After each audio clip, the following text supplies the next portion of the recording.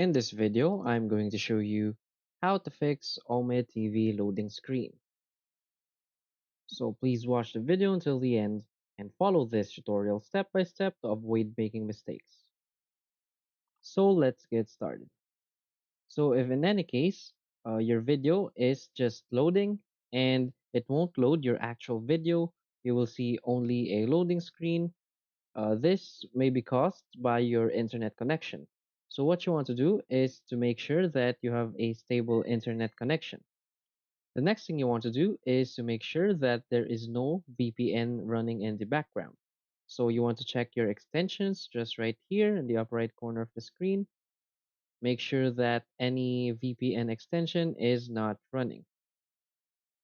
Then after turning off all of the VPN extensions, what you want to do is to simply refresh your page and that's it. So if you find this video helpful, please hit like and subscribe. Thanks.